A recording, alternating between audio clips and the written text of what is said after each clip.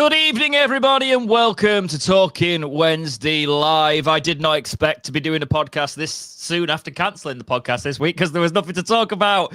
What am I saying? Of course I did. We're always ready for a crisis podcast. I am joined by Worko today, and I'm sure we're going to get one or two Worko rants as the Sheffield Wednesday manager departs Hillsborough. As Hillsborough is potentially falling down, well, at least the North Stand is. There's plenty to talk about this evening, so make sure your comments keep going as we go live. If you are on audio feeds, make sure you're leaving us reviews, all of those nice sort of things. But we are not even going to we're breaking tradition, Jack. Yep, we're breaking tradition. We're not just doing... Like my voice just broke. Oh, my God. Yeah, exactly. We're breaking tradition. At the end of the podcast, I'll do the how's your week been, how have you been, mate? Yep. We've got so much to talk about. All of you in the comments for the past 228 episodes that have been, oh, this is a timestamp for when they actually start talking about football.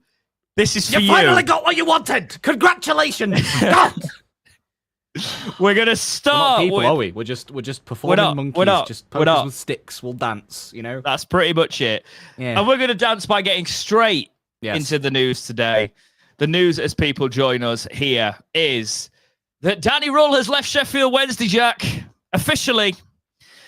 I will start by reading the statement from the Wednesday website that reads as follows. Danny Röhl leaves Wednesday. Sheffield Wednesday can confirm the departure of manager Danny Röhl by mutual consent. The German coach joined the Owls in October 2023 and oversaw a successful survival mission to maintain our championship status in his maiden season at Hillsborough. Wednesday then consolidated the following term, with Röhl steering the club to a mid-table finish in the second tier. Sasha Lenz, Chris Powell, Neil Thompson and Sal Bibbo have also departed S6. Sheffield Wednesday would like to thank Danny and his backroom team for their services and wish them well for the future. Put a pin in the backroom staff talk, Jack. Initial thoughts. When you saw this a few hours ago, what was in your head? How has it developed over the past few hours? Well, I mean, we all knew this was coming eventually. However, what's made me really angry is the fact that if Mr. Chansiri had just been willing to negotiate, we actually would have got money for him during the season. And you know what that could have done? That could have been used to pay people. And you know what that means? We would have been in a position that we weren't embargoed. That, oh, look, we can afford to pay people and therefore we can afford to actually build the club up in the summer. But no. We had to make it a big goddamn soap opera all over again and be like, no, I want my 5 million. This is what I said in the contract talks, and I want my 5 million, Southampton. Not 2, not 3, not less than that. I want 5. And guess what? He didn't get 5. No, we were just left for months in a limbo with a manager tarting himself around every single European club that would have him. And it just still led to him being back here, being an unwanted manager by the players themselves, according to reports. So, we've let a manager go for free when we could have got money for him in the season just gone. And we would have ended up finishing in the same goddamn position had we let him go. So, thanks, DC. Thanks for this a lot. Sorry. Anyway, I love it. I literally have just tweeted I was tweeting the advertisement for this stream, and I went, "Worko's already shouted, join us." We're just in. If you are joining the stream, please do like it. It's not a very good day for liking things, but we're going to try and bring some levity among all the disastrous news that we are reading today with everything going on. I agree with everything you just said. I have got to say, right, I've got to call myself out. There's another thing that, as well, the club wouldn't have been in these embargoes, and maybe buyers might have been a bit more willing to pay the 75 million that was lowered than your original goddamn 100 million asking price for the club, as well. Oh my God. It's worth 50p now, if that. Yeah, it's literally worth I've got to call myself out, right? I did say in January, this was before I knew about the payment stuff and what was going to happen. But I did say that if somebody wants Danny, they should pay the release clause. Yep. And I do stand by what I said in January, right? My problem is where I said that maybe you talked to Danny about agreeing with a position. This is what I said in January, right? Because people were saying, why would DC do that? Again, fair enough. I said, what if you agree to lower the release clause in the summer and you do it amicably? I can't speak. Amicably, right? So I said, what if he says, right, no, you're not going now because they're not meeting the release clause. But if Southampton are willing to pay 2 million, 3 million in the summer for you and they can wait, you can go. And it was a gentleman's agreement and they did it that way. I said that in January, right? And even then I was going like, oh, that's almost been a way of like being, oh, but then Danny wouldn't have down tools. They wouldn't have been throwing the toys out of the pram. There wouldn't have been all this going on. And Chansiri's ended up clinging to it, Jack. And we've got nothing. I'm kind of glad that it didn't go the way that we were hearing, that there were some reports that he was going to place him on gardening leave. Yeah, and then still paid him for all of this time, and then we would have even been more like... Or sacked him. Up the creek without a paddle. Yeah, all sacked him. Because there was talks about him being sacked with all of this, so I'm actually kind of glad. I can't believe I'm saying this, but I'm glad he's gone with mutual consent, right? Because of all this. We just had a comment from Matt saying he needed at least 5 mil, though. He might have done, but he was selling players anyway. So if you take 2 from Danny Röhl in the summer, he sells. Maybe we just sell 1 player. Maybe we don't lose Masaba and Gassama.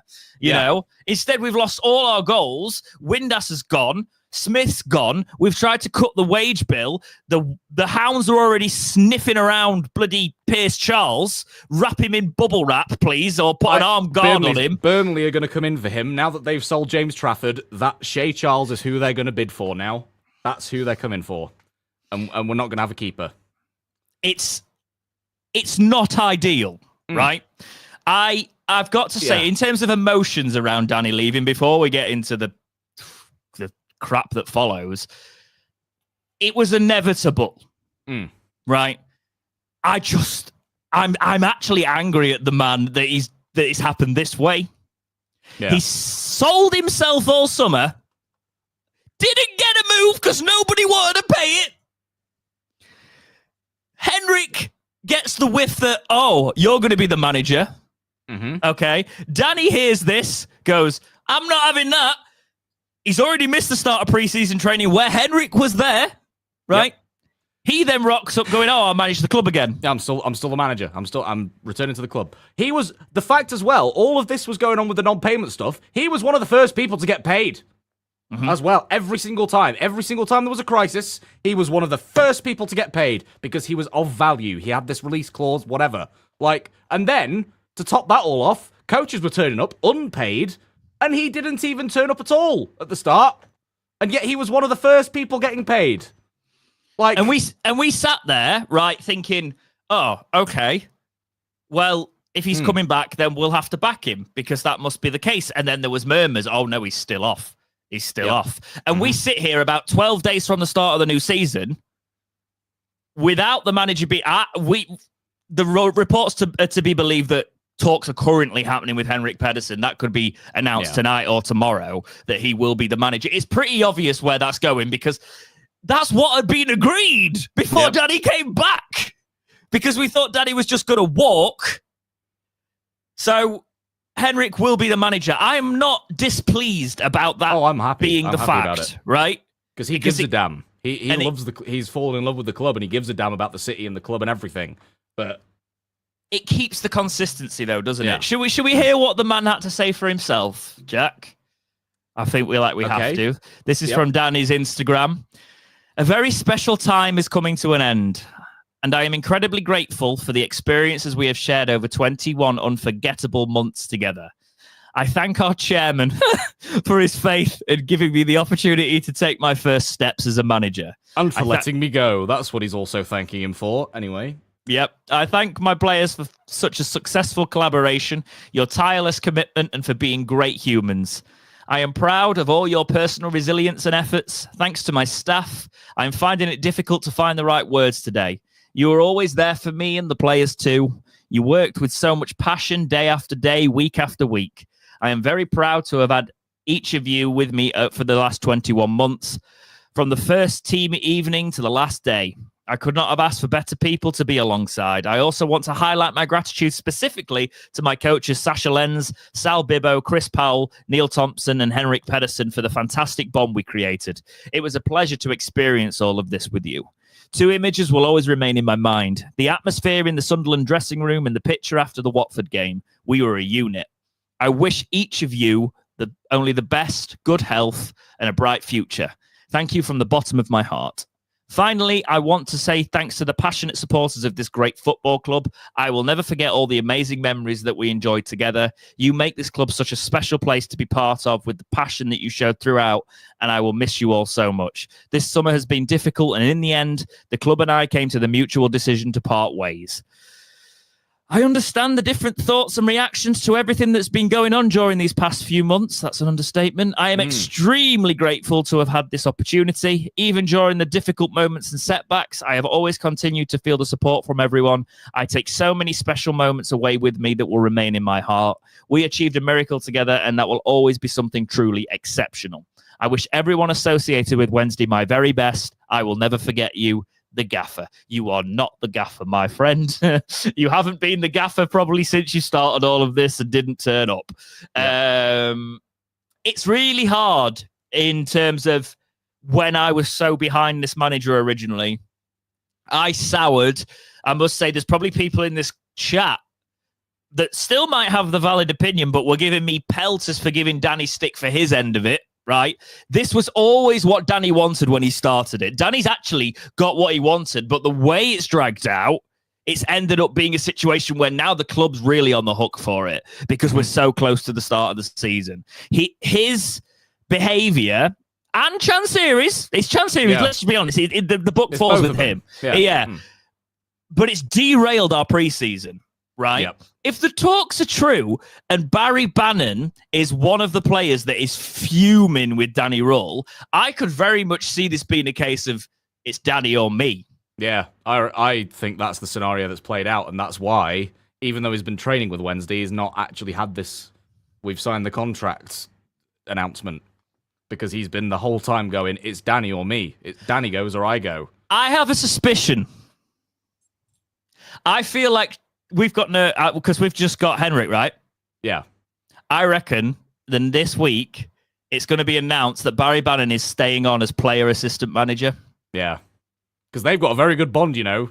Henrik and Barry Bannon have got a very close bond. They and Palmer as well. I believe Bannon and Palmer both have their coaching badges to be able to coach at that first team, like professional level in the championship and stuff. Well, there's grades, isn't there? There's like continental. There's A, there's B, all that stuff, and I think that's what's happening. I think Wednesday's level currently. I think he's probably. I think Bannon gets on with Chansiri, so he's never going to comment on these things, right? And Bannon must know in his head, like, I cannot publicly support this man, even though he's going to benefit him. I reckon the deal is Bannon comes in as assistant manager and player, so he's player captain and assistant manager, and in the next season, he basically ends up being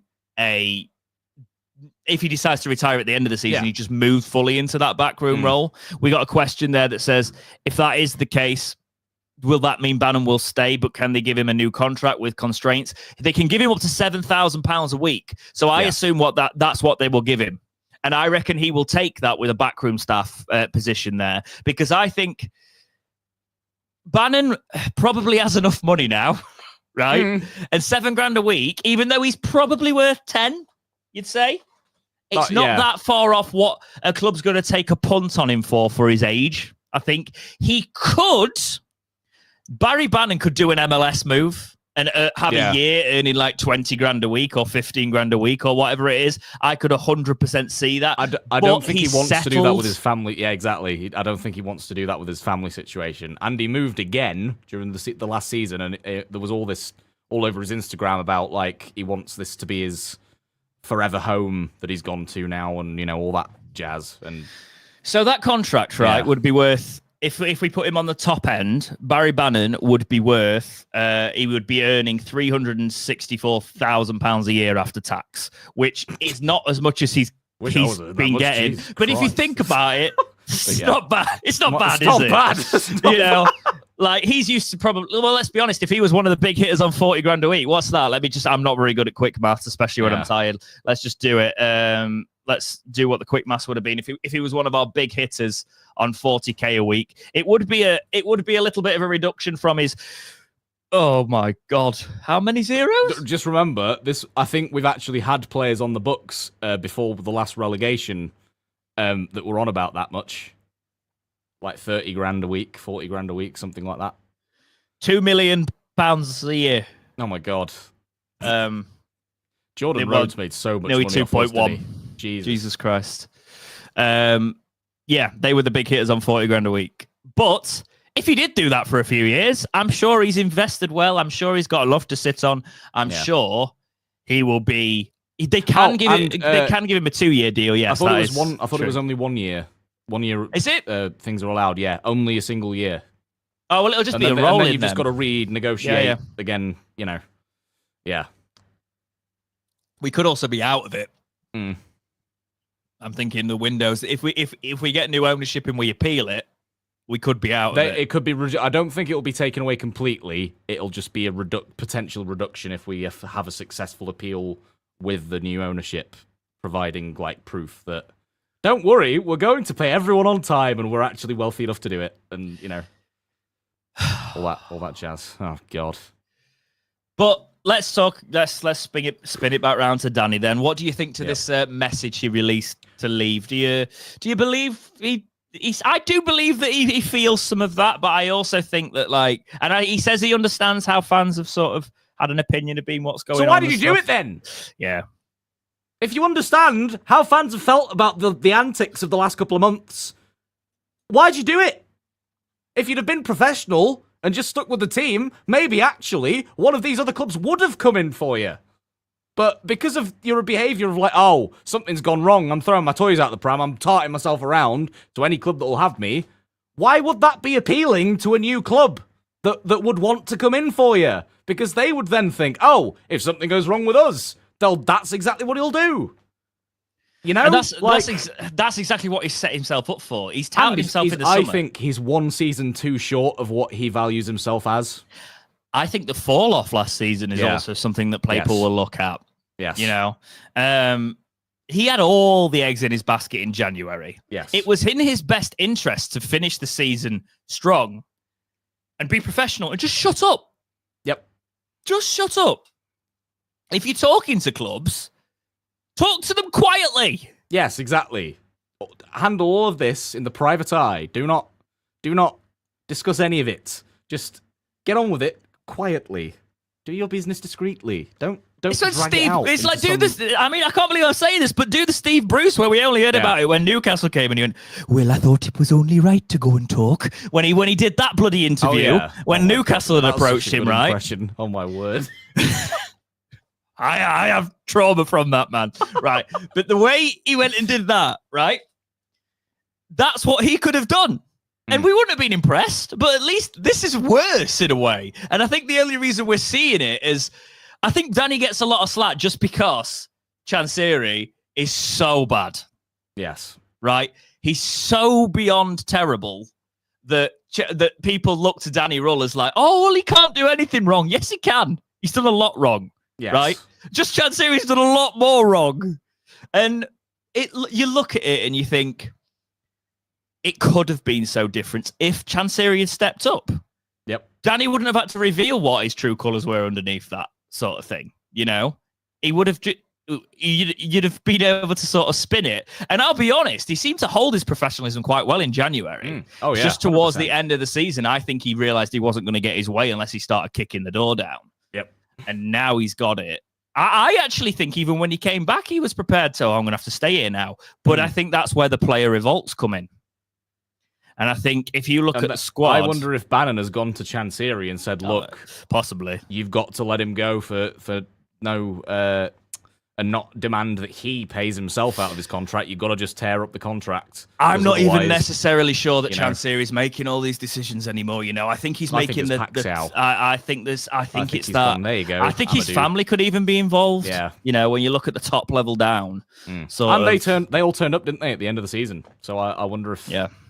Yeah, yeah. And have you noticed since they kind of turned up and DC disappeared, all of the like the club statements have become far better worded and far more professional and far more like, even though they're vague as anything, which I'm sure we'll talk about to do with the stadium thing, but it's so much more professional in the wording of all of the statements put out from the club now.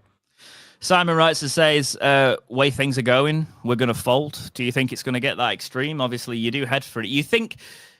Actually, Jack, I'll let you answer the question first, and then I'll give my 2 cents.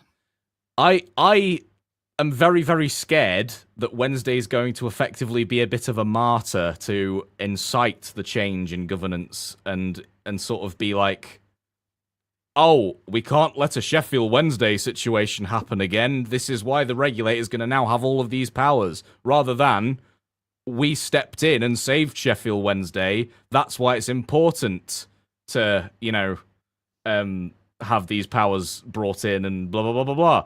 So I'm a bit worried that effectively Wednesday will be the martyr for this regulator.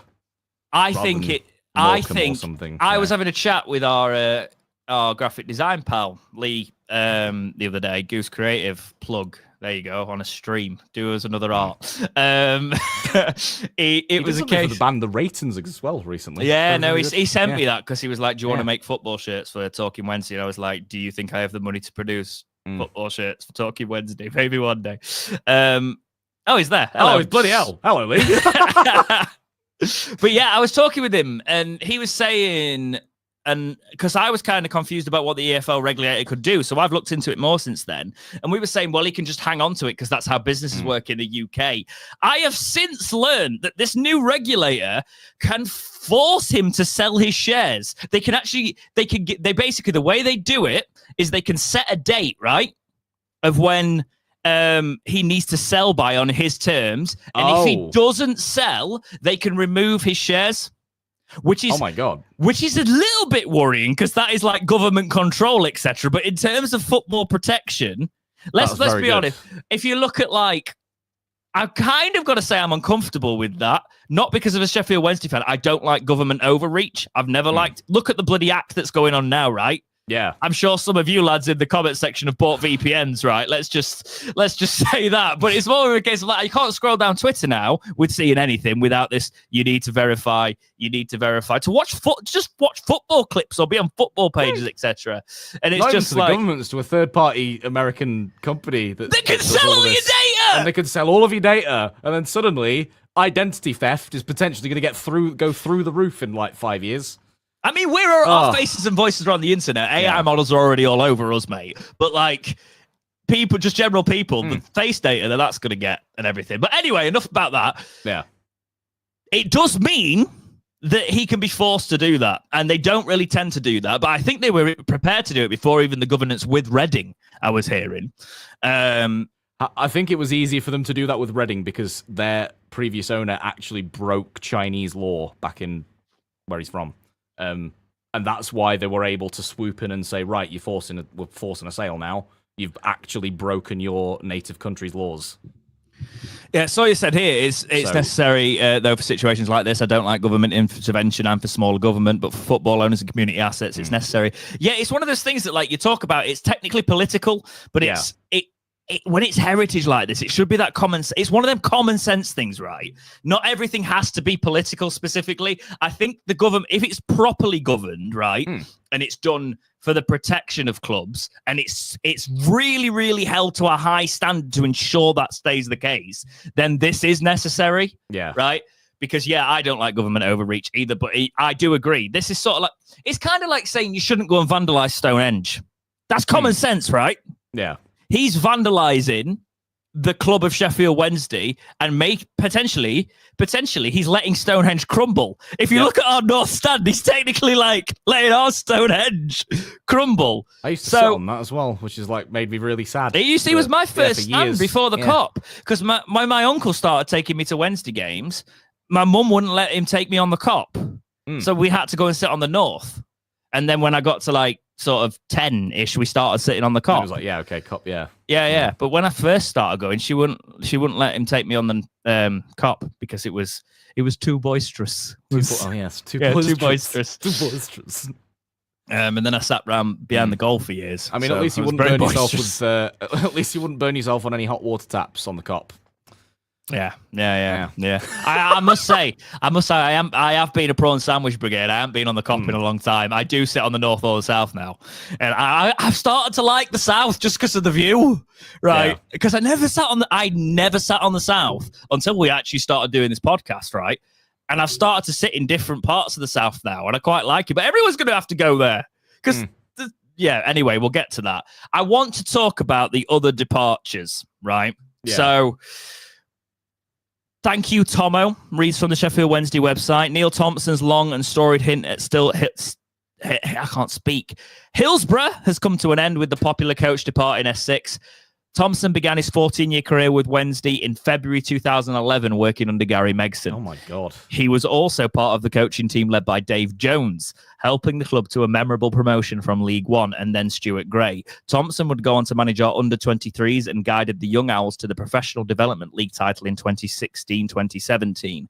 The former Ipswich defender returned to the senior setup alongside Gary Monk and then Tony Poulis. Thompson assumed caretaker charge, leading Wednesday for 13 games before returning to coaching duties under Darren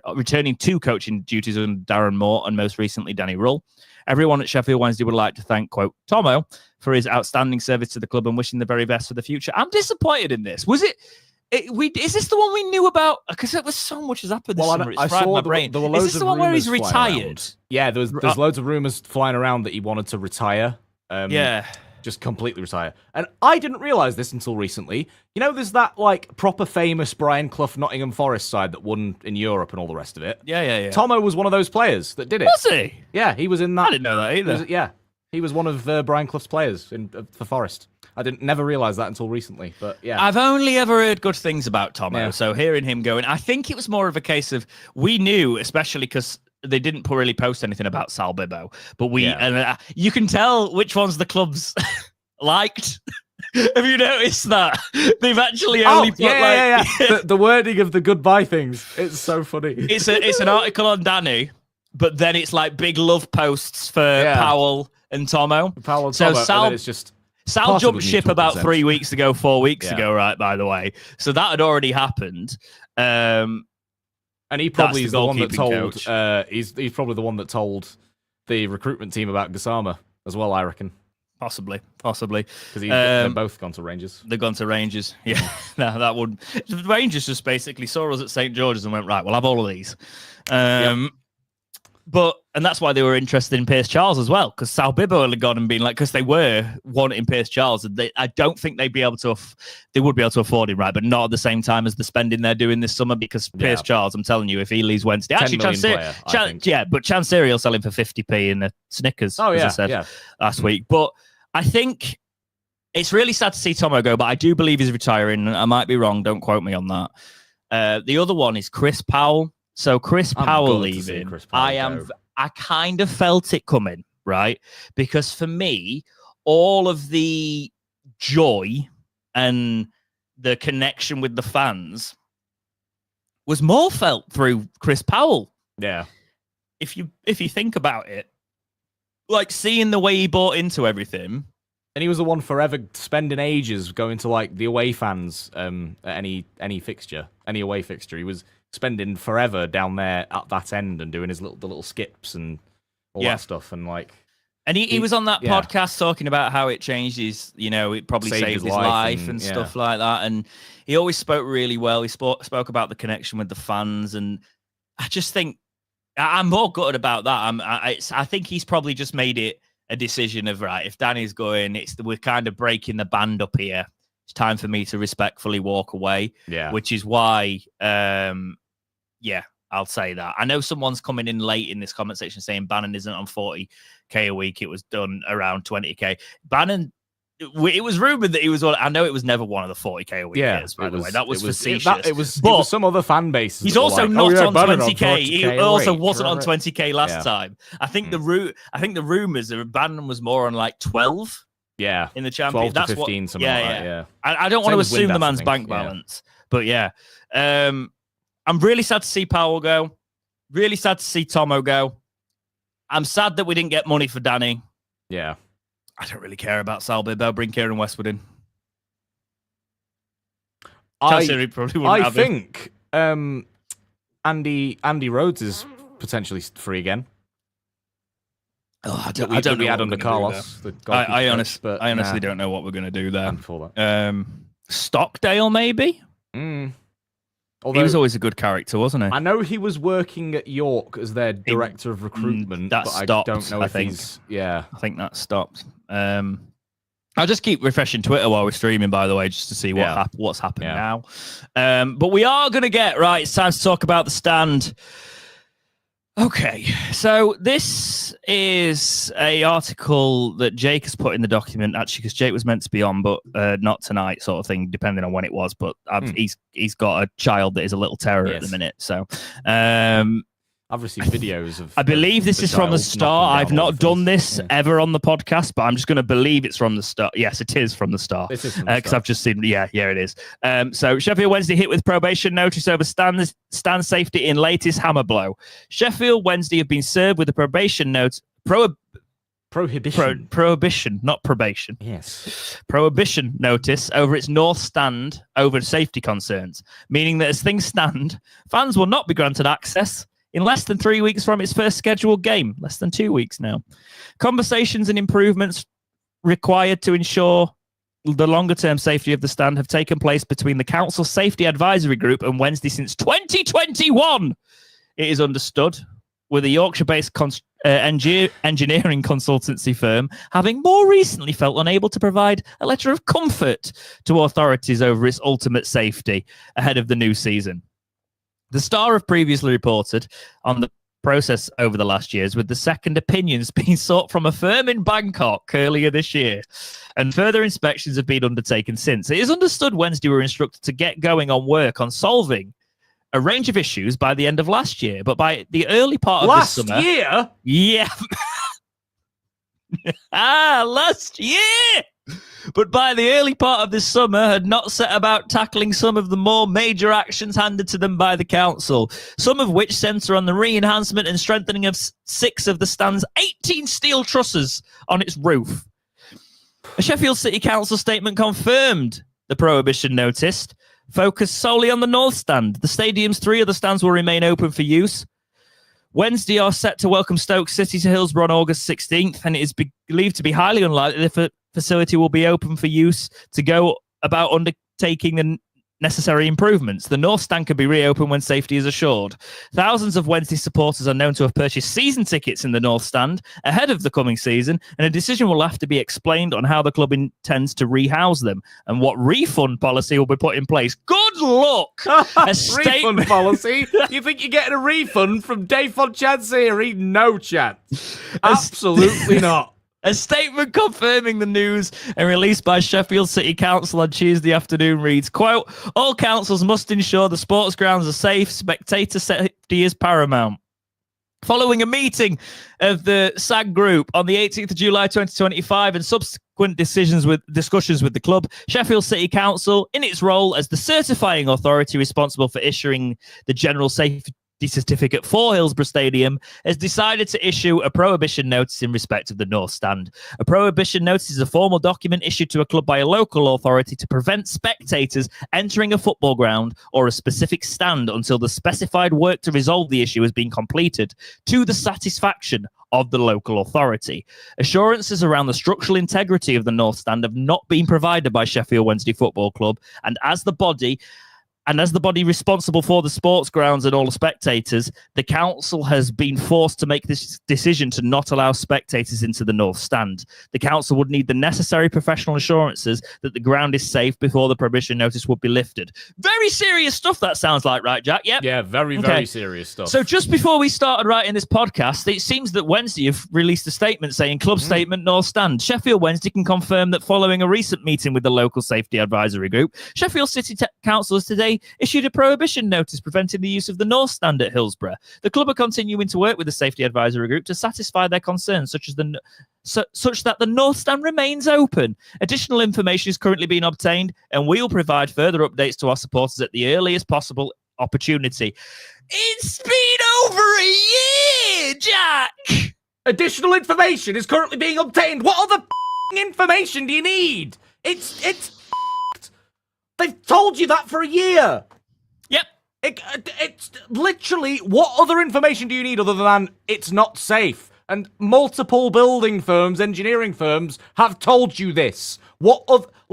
How can it remain open when legally Hang on. But the guys that he might or may or may not have shares on in Bangkok have said it's safe.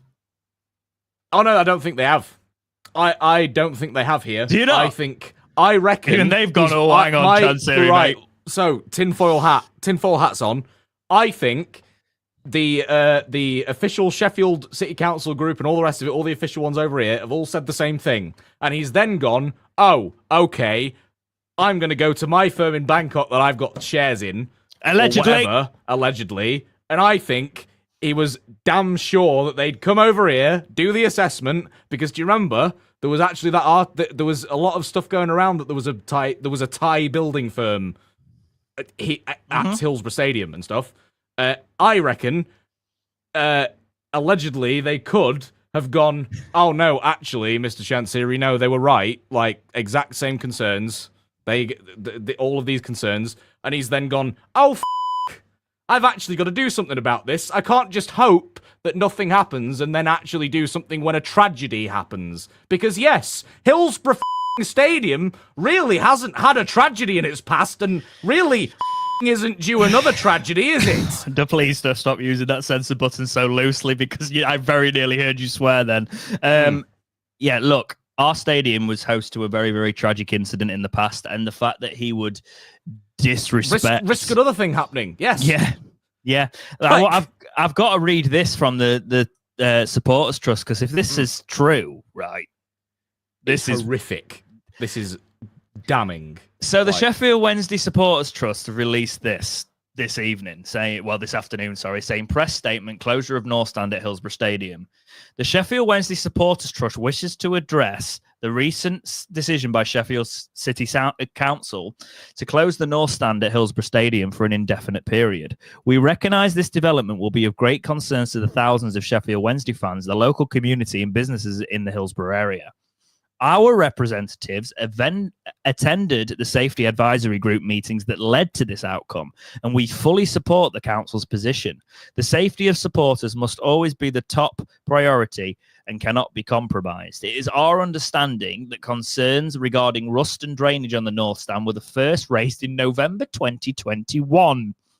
The club received a detailed specification and schedule for remedial works in March 2022 and solicited tenders for completion that same year. A contractor was recommended, but the necessary repairs did not proceed. We observe with regret that the club's owner expressed reluctance to invest in the required works, citing potential future plans to relocate the stadium.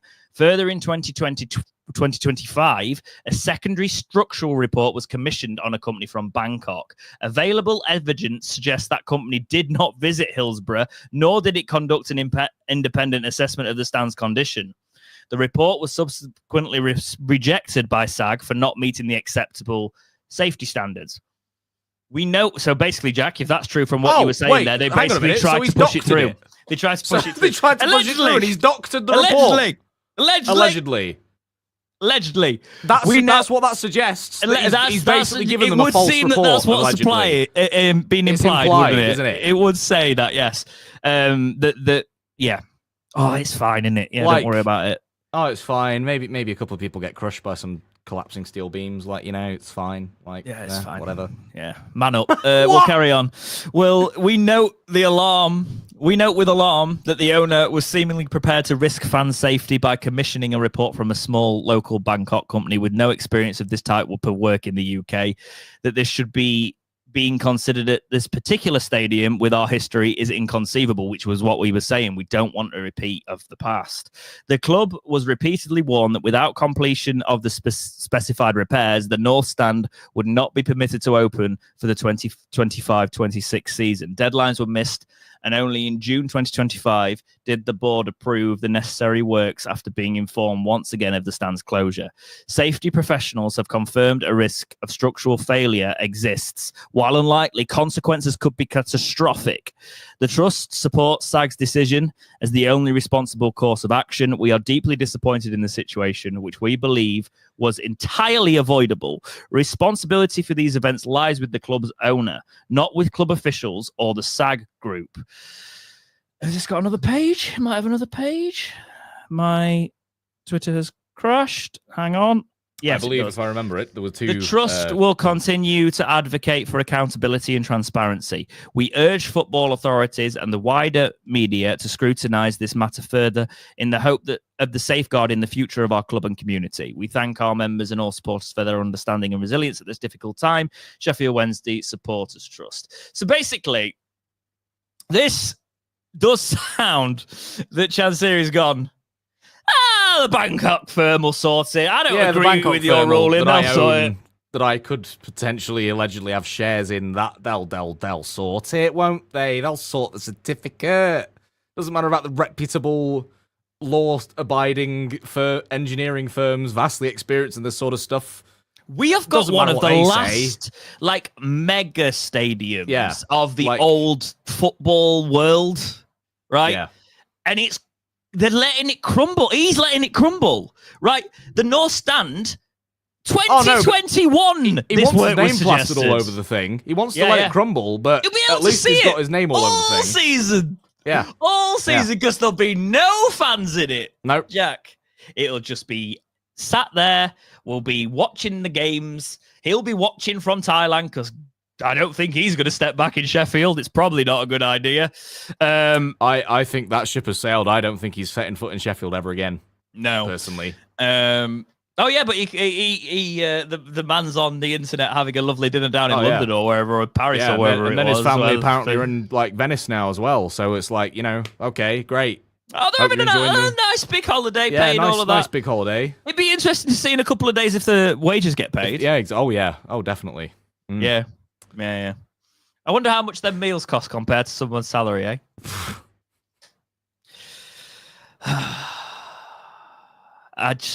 The stadium's really horrifying, man. Because the fact is, it's the 2021 thing, right?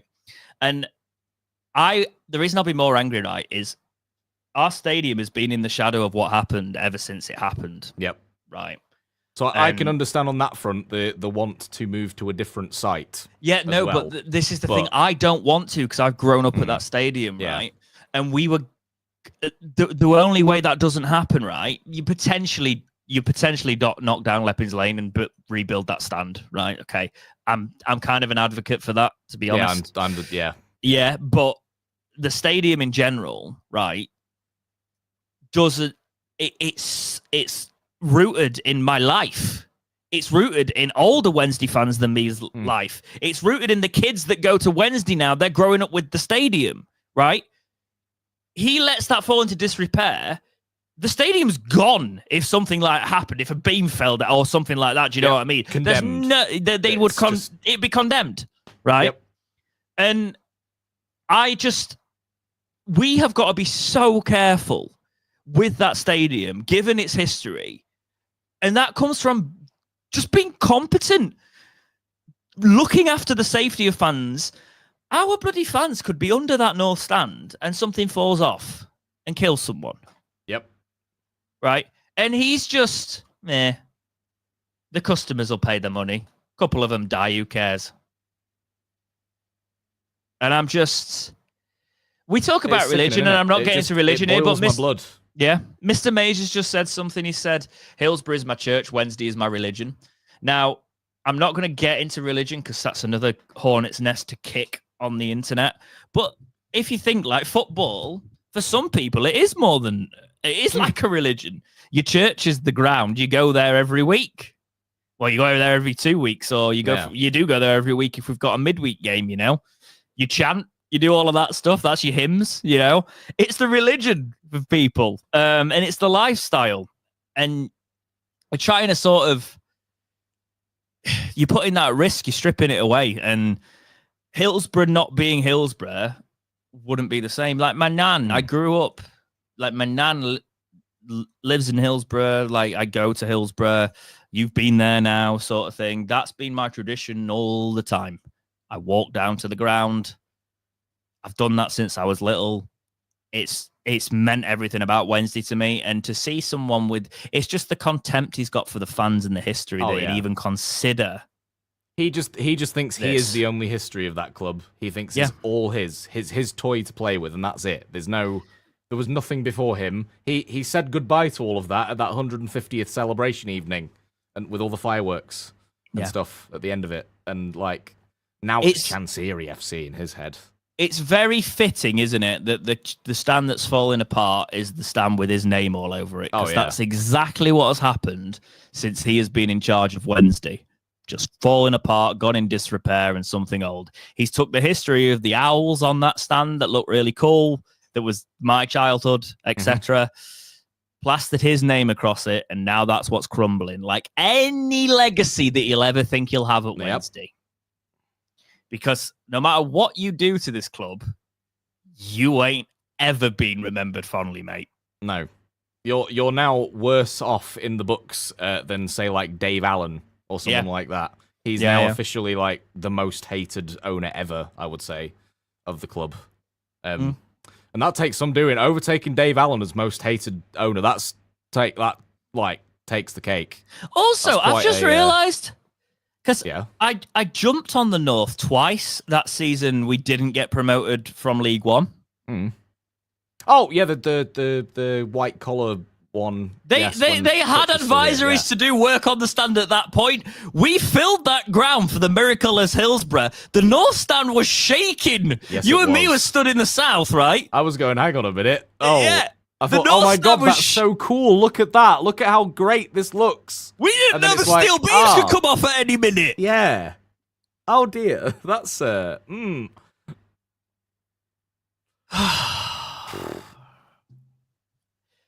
don't think he's going to do it. I don't think. What can he do? He hasn't got a pot to in, so he hasn't got a pot to urinate in. And Jack. The fact as well, right? That do you remember in like 20? When was it? It's quite well remembered when he issued that whole questionnaire to all the fans. What would you rather see, player improvements or facility improvements? And it has to be one or the other. And everyone chose players and all the rest of it. And yet, back then, to actually bring up to somewhat, obviously not fully modernise it, but bring up the quality of the stadium to way more modern standards would have been so much cheaper than it is now. And yet he's left it all of this time for everything to get unreasonably expensive. He's put money into the training ground. That's always needed it, but like...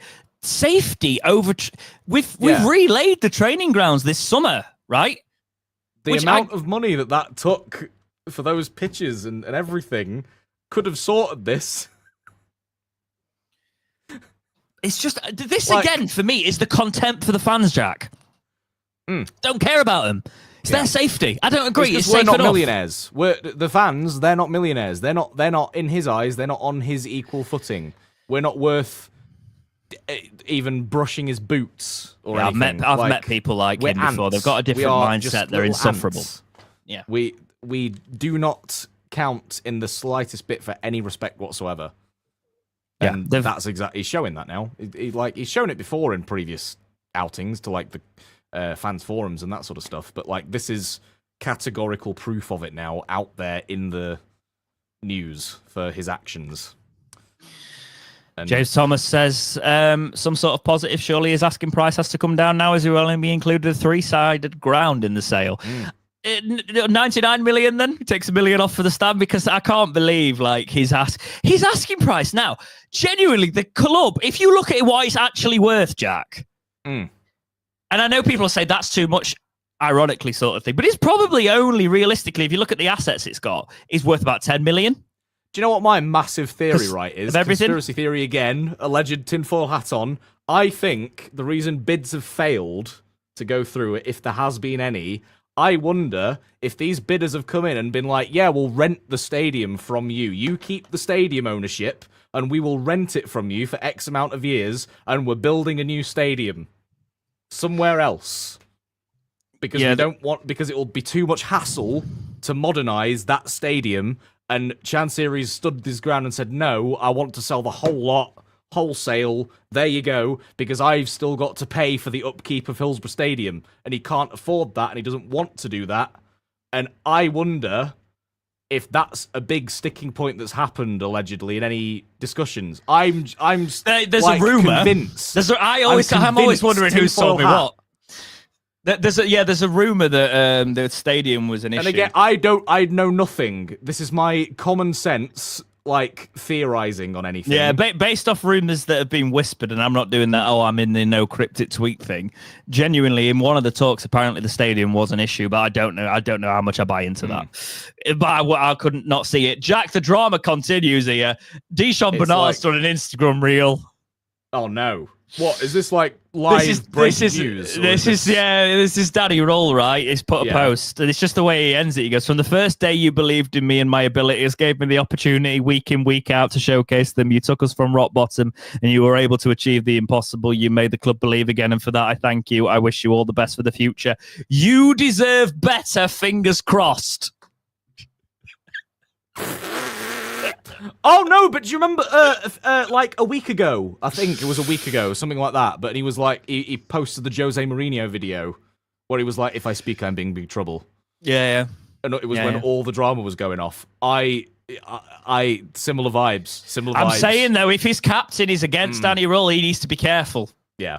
Yeah, because actually, Deshaun, the fans are like, yeah, he might deserve better in terms of but you're playing about things a bit better. You're playing for Sheffield Wednesday, mate. Yeah. You're under a quite hefty contract under Sheffield Wednesday, actually, in terms of the length of it. So just be careful. Yeah, exactly. So, David's just said as well what I've said, that Chansiri keeps liability for the stadium upkeep because he's the landlord, and I don't think he wants that. I think he wants to just get rid. Of course, get rid. Yeah. He can't afford it. And if all of this crap is going on, I think he was hoping to have all of this sale done. The buyers come in and they're like, "Oh, look at how much work there is that needs doing. We've got a SAG thing. What?" And he wanted to be out of there before any of this got out, found out and all the rest of it. And yet, so this is yet another thing that's going to lower the price even further of the club. So it's a waiting game. I think it's all a waiting game, and they're just waiting for some sort of a.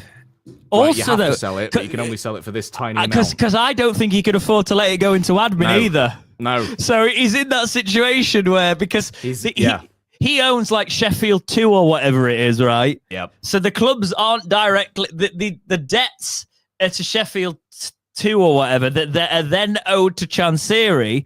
That then he's sort of he's put personally then in debt because of funding the club and not wanting to fund it from his own money. So he's just funded it through loans and then gone, "Oh, actually, I've taken out really bad loans here that have got potentially loads of interest, maybe, allegedly, I don't know."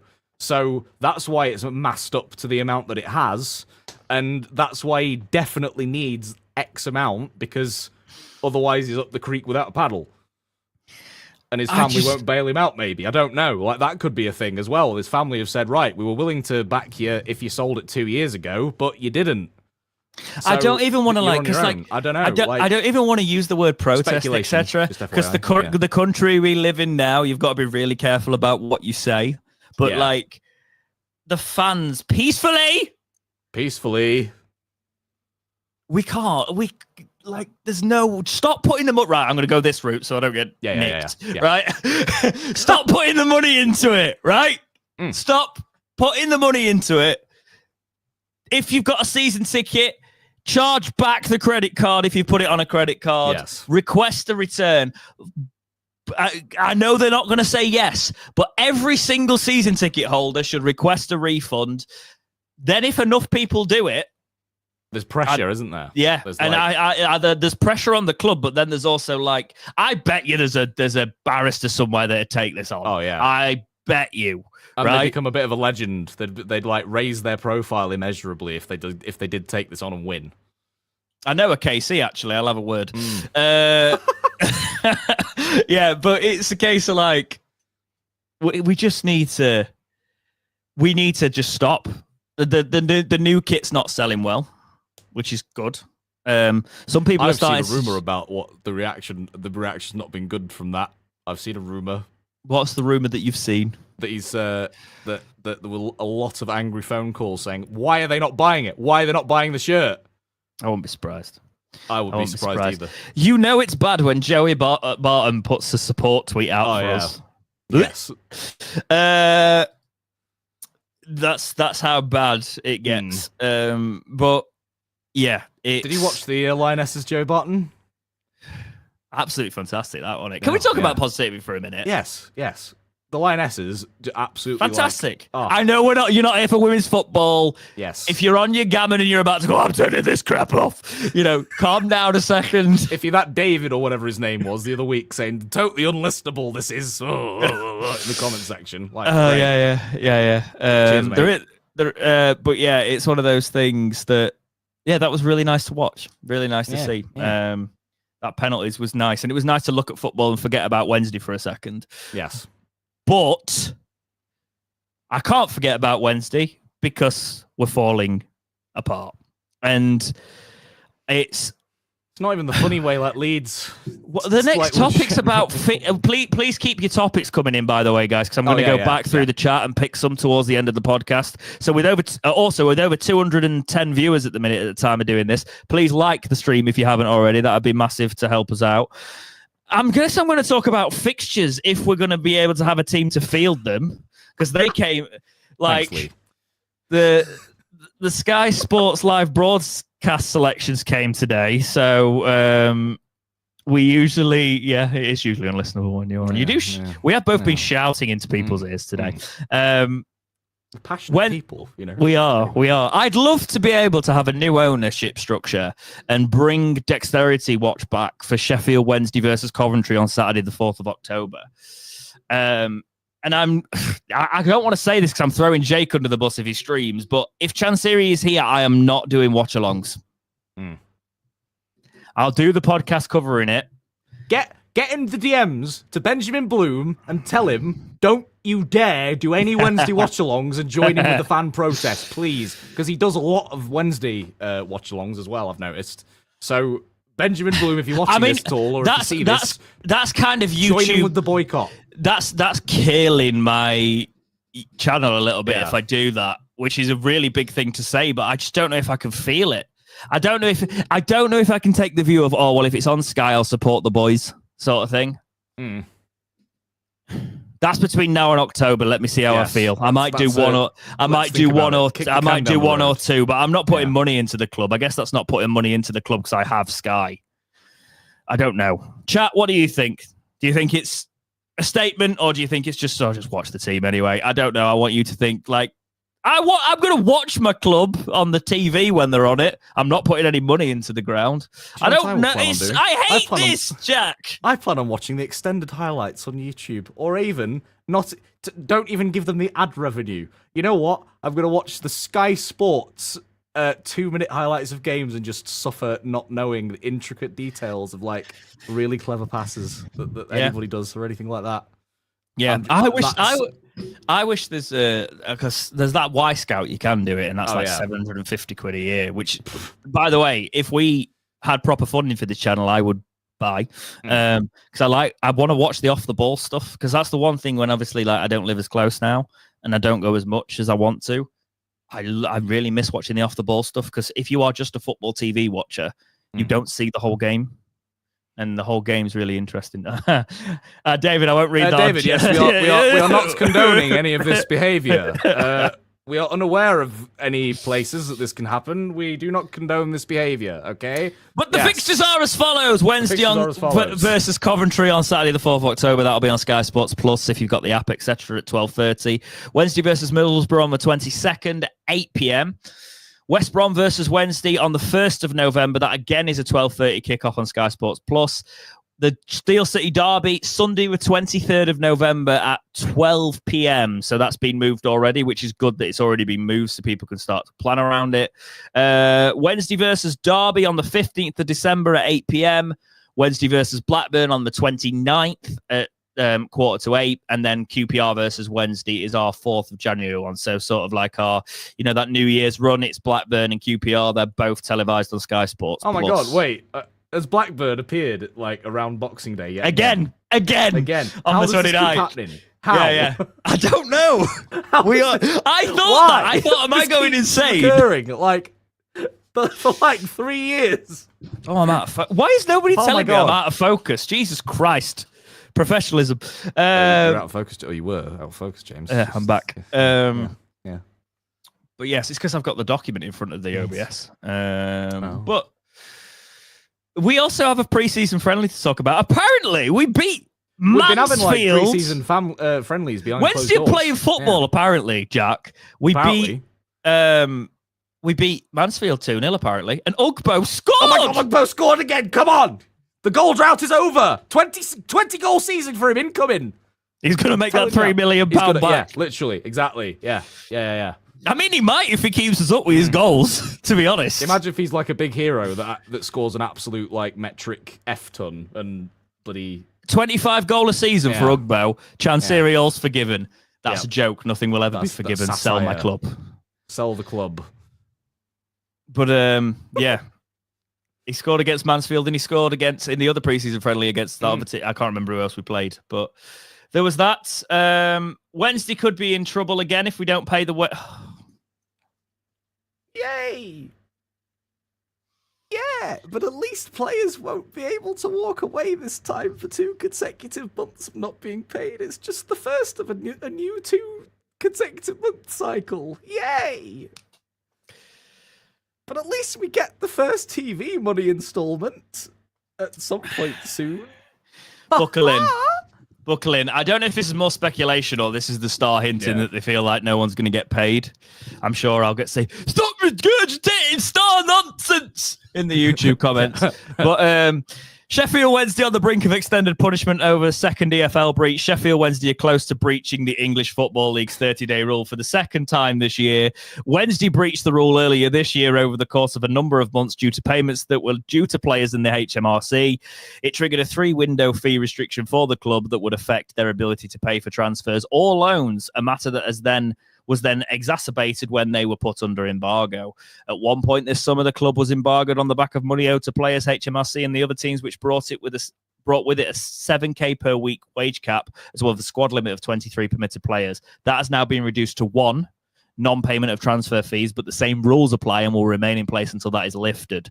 Now, after the 30-day rule reset at the start of July, Wednesday are close to breaching it for the second year in a row. Oh, good. Something that would bring with it an extended period of punishment. What happens on the second breach? The Star understands that should Wednesday breach the 30-day rule for a second time, they will be handed the same punishment as before, a 3-window fee restriction, but rather than it being an addition, they would overlap. So positive, Jack.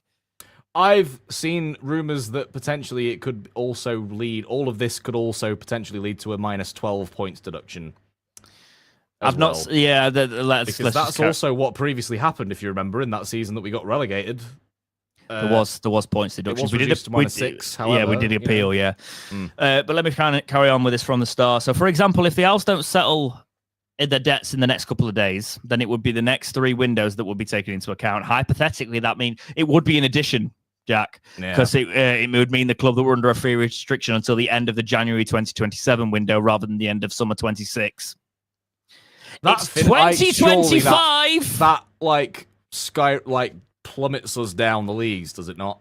Would you? Oh yeah, we're done. Like we in 2 days' time, we could be sitting here, literally like there's no bones left to pick.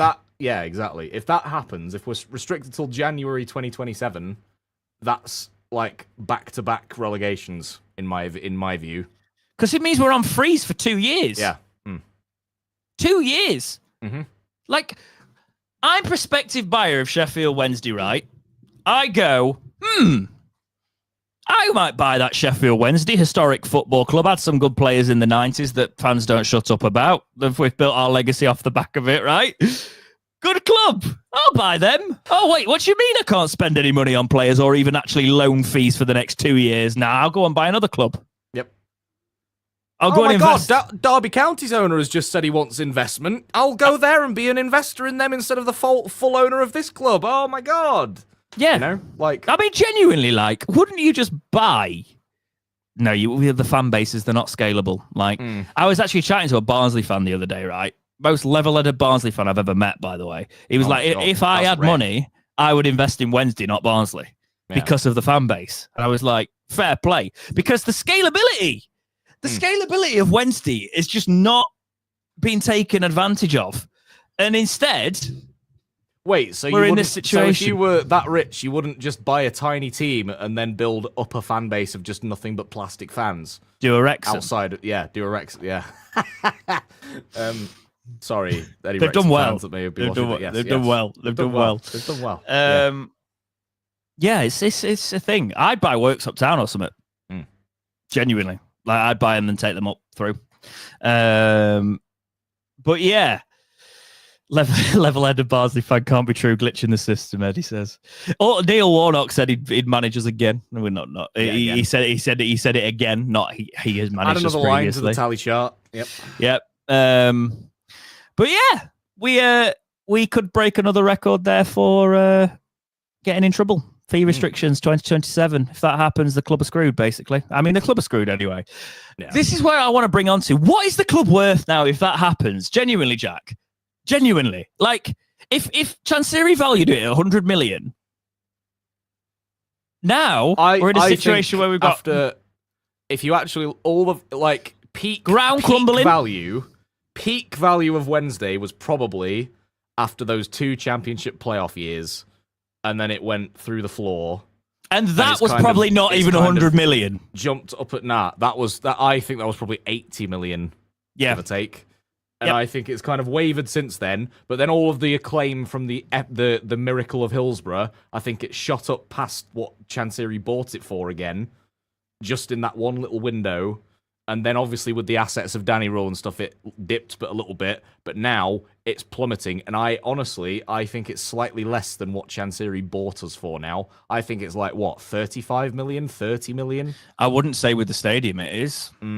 Like I would say with the stadium repairs, I'd say that the club is currently sitting. If I'm being realistic, like the money you're going to have to put into this club, genuinely, 20 million? Yeah. Just because it's why it makes me angry seeing MK Dons who have got a Premier League standard stadium that they can't fill. They can't even fill 5 rows of it. And they've got like that. Is this your engagement bait for the day? Let's go, MK Dons. Just like, how? Oh, God. And then we've got one that's crumbling down, and yet we could fill like a 60,000 capacity stadium, for example, something like that. Pato has gone. Speaking of MK Dons, by the way, and I'm just saying, right? He's dropped to MK Dons because we have got new owners, but they offered him a better contract than Wednesday. Right, but I'll also and more minutes as well. I think it'll be. I think a large pull factor for that will be minutes that he can play. Yeah, I don't think Danny didn't want. Well, Danny wanted to sell him first off last season. I wanted to sell him, Jack. If I'm being brutally honest, like in my mind, I was like, I wanted to keep him in this summer with all this going on. Yes, I want to keep him. He's a great character, but in terms of where I was saying, sell him in January for Christ's sake. Like, make money while you can. But yeah, let's go into some comments to wrap this podcast up today. Nadella says, this might sound dumb, but if we get a new owner, do you reckon we could appeal the embargoes? Usually the EFL will work with you. So if a new ownership structure comes in, the incentive would usually be the new owners would talk to the EFL, etc. And like a contingent of them buying would be some leniency. We've seen it in the past, right, where that happens. So the hopeful thing would be, yes, that would happen. I reckon it will be one of them. They'll soften the embargo to like a 1 season long thing rather than that being at 2026, 2027. And then we'll have to be on one of those EFL business plans for, let's say, 2 seasons. And then it will be okay again. A bit like what happened with Derby in their takeover. Because they have the same thing. Embargo for a season and then this business plan thing for 2 years. And ensuring the club's looked after. Yeah.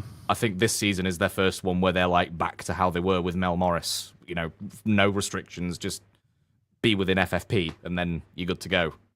So, and the FFP is getting a restructure as well, so that's not going to be his things much. Hilster says Jordan Rose is a rubbish buy. Yeah, we knew that at the time. Do you know that was Chansiri's sort of? We talk about it. Oh, like me again. Oh, please, like me again. Jack, let's turn this around a second. No, because that was in the period where we were all behind him, right?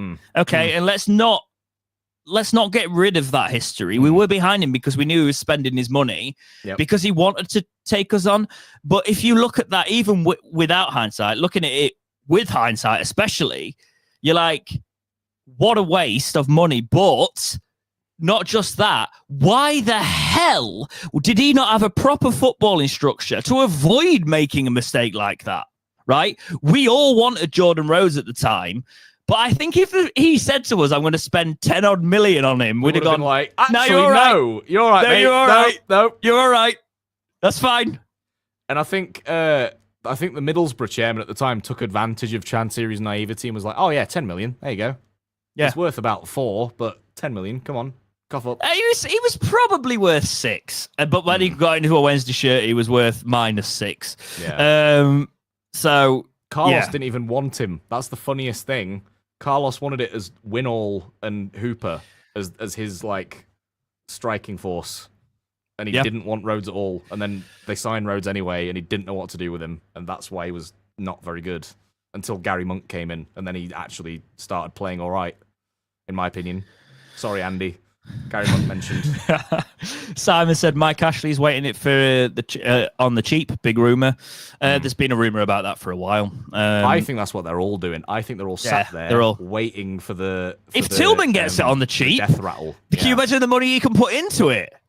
I don't think he's legally allowed to though, because of his job as the Italian ambassador, the ambassador to Italy. I don't know. I may be talking out my backside there. Yeah, I think you are. Sorry. Potentially. I think you are purely because even if he couldn't, there's rich men find ways, even if it's having a group going. How did the Saudis buy Newcastle, Jack? Oh, yeah.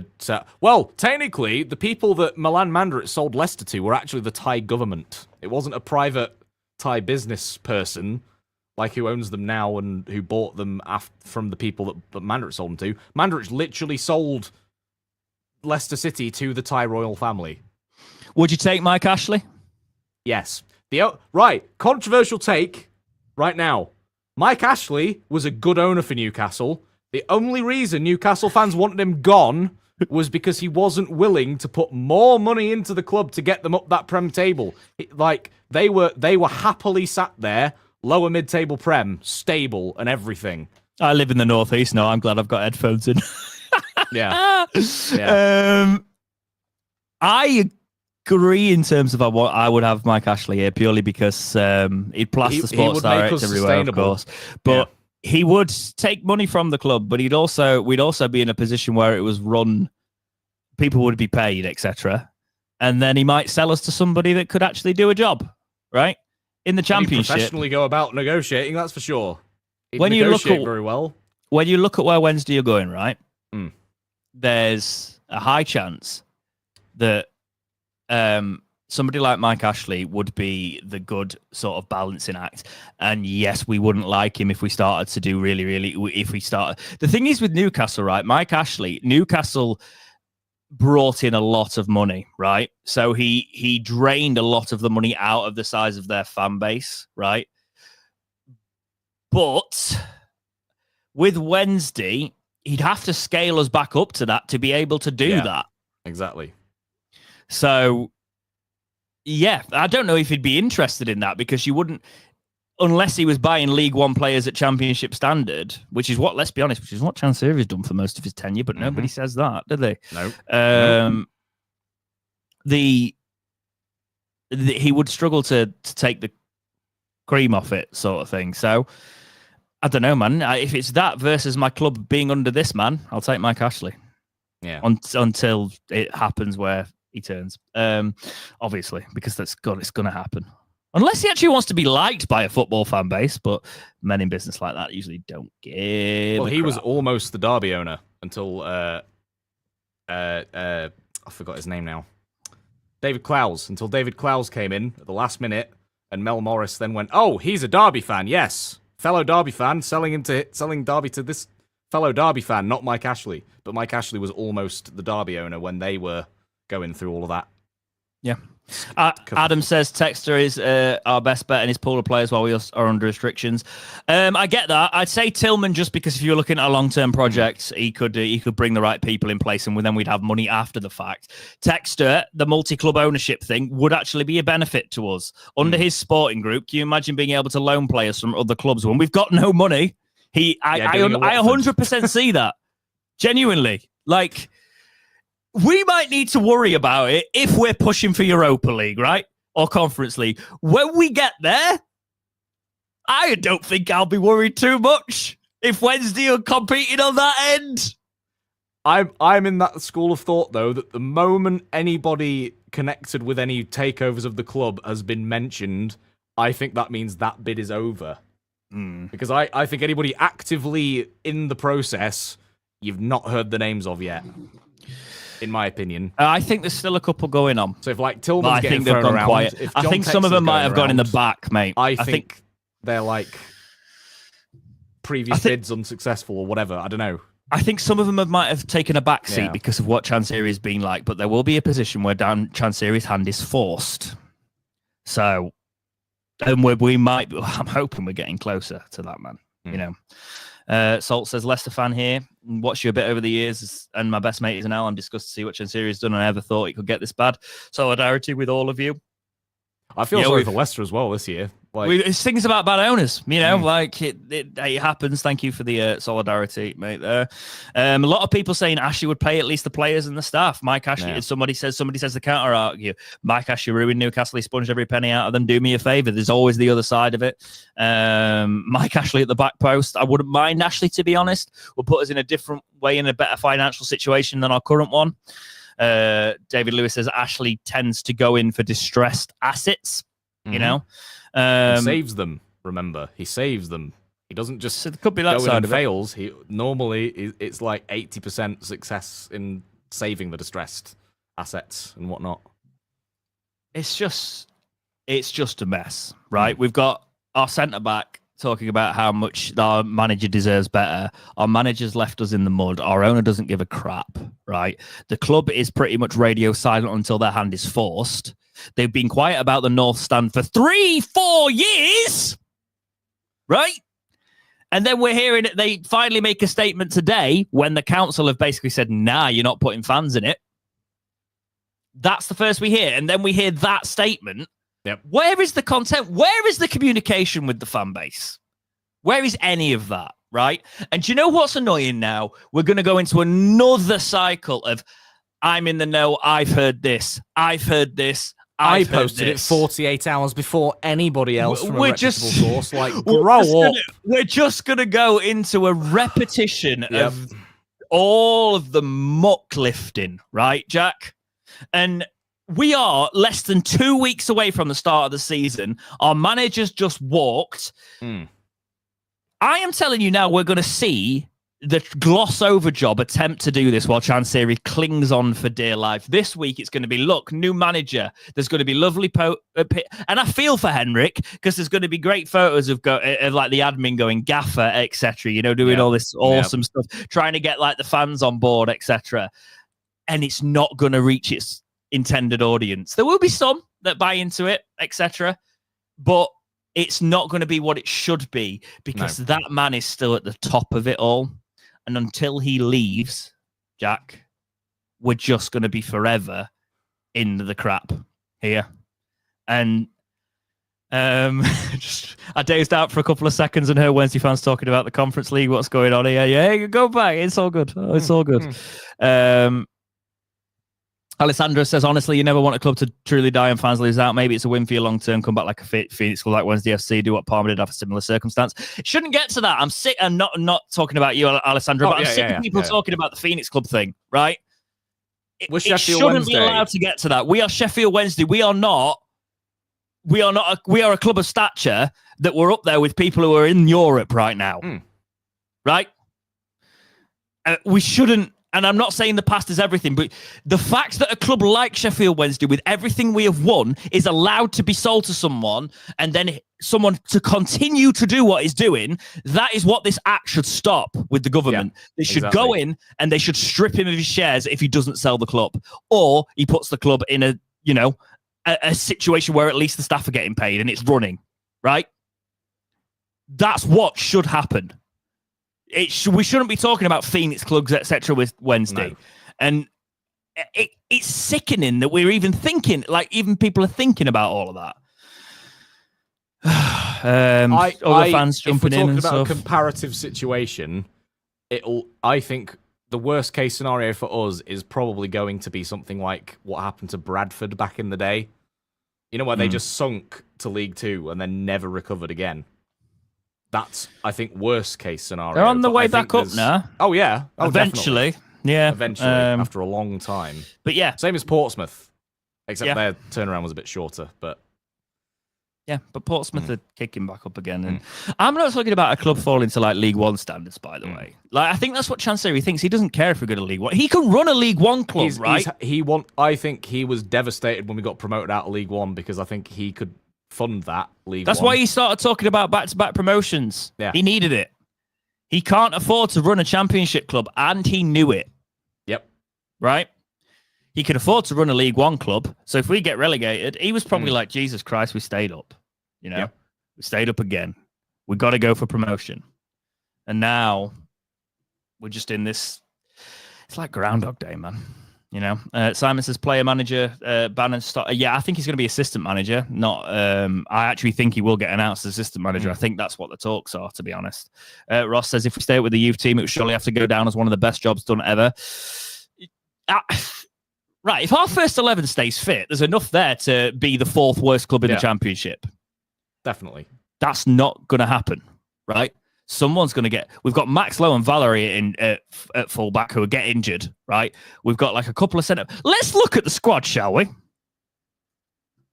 This is Wednesday's first team squad. This is what we are currently faced with. One goalkeeper, Pierce Charles. Defenders, Palmer, Lowe, Bernard, Iorfa, Valerie, Otegbayo, right? 3 centre-backs. 3 full-backs. Okay? We've had a situation recent seasons where 3 centre-backs have been injured. Right? You pick up 2 injuries across your defence, you're down to your last 4, you've literally got them, and then you're done. Yeah. Midfield, currently not under contract, even though he's on the site, is Barry Bannon, right? We'll assume Barry Bannon's going to stay. He might not, it might get worse. Chalobah was out most of the last season injured. He's one of our midfielders. Ingleson, Jamal Lowe, and Fusire. Where have our wingers gone, man?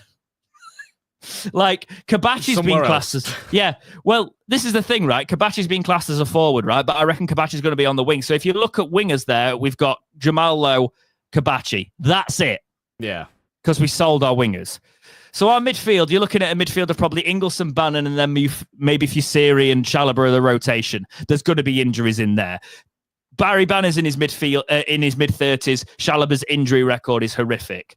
So we're basically, Jamal Lowe is a guaranteed start now. Even though he didn't get into our team last season, he didn't play that well. Right? Ingleson, all right. Pretty good play we've still got on the books there. 1.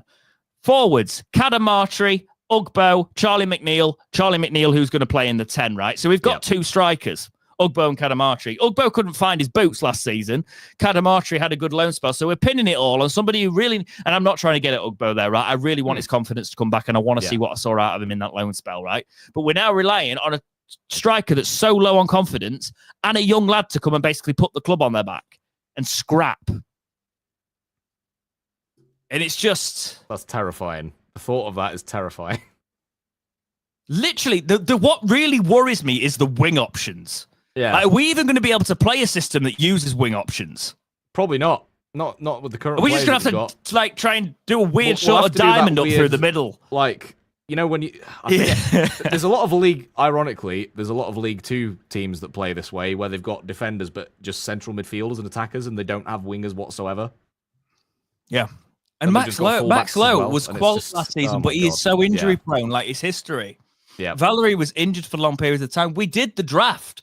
We're still meant to do the draft this season. We're not going to have any bloody players. No. By the way, if you are new to Talking Wednesday, subscribe to the channel. We do things like that. The draft, you can all get involved, sort of thing. Just click subscribe, click like, do all of that. Get involved with us throughout the season. We're not always sat here for the draft this year. We might have to do like past players. Yeah, I was considering that. I genuinely that was my. I was like, should we do an alternate draft and have Wednesday past? Yeah, along it. But no, Cadamartri. Somebody said Holden. I thought Cadamartri went to Man City. That was the 15-year-old lad. We've got Bailey Cadamartri, who is the lad that was on loan at Lincoln last season. Did quite well with us. Jack, we're going to keep an eye on the chat, but we are going to do the wrap up now because we're coming up to an hour and a half. It's very humid here. I'm getting very warm. Likewise. Yeah. But yeah, man, I'm just where are you sitting on all of this? The manager's gone. The stadium's down. It feels to me like Chansiri's been reducing his costs to the point that he can just about afford it to like limp over the finish line of whenever a takeover happens. Yeah. To just survive and tread water until that point, because all the expensive assets are basically out the door now. Like it's nothing but youngsters and the lower wage players that have stayed on. So I think it's an effort to just limp to that point where the takeover actually does happen. And I'm also predicting that might happen either end of August, start of September, or maybe September, October time. That's my prediction of like how long that the talks of the sale have started from, based on how long these things normally take. Because it was never going to be an instant like, oh yeah, we've put it on sale this week, and then a week later the purchase has been agreed. Like, no. Well, he released that statement talking about how he was willing to sell the club, and everything you've just heard coming out of the sales talks and stuff just sound more and more like he's typical BC. He's just talking out of his tactics. Yeah, talking out of his arse. Yeah, he's not going to sell. And final thoughts on Danny?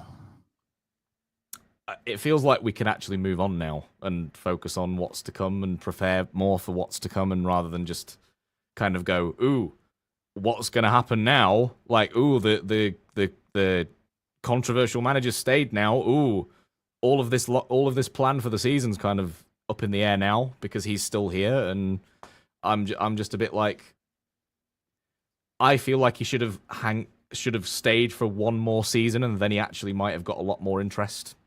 If he'd have kept us up again, think of like how much more interest he'd have.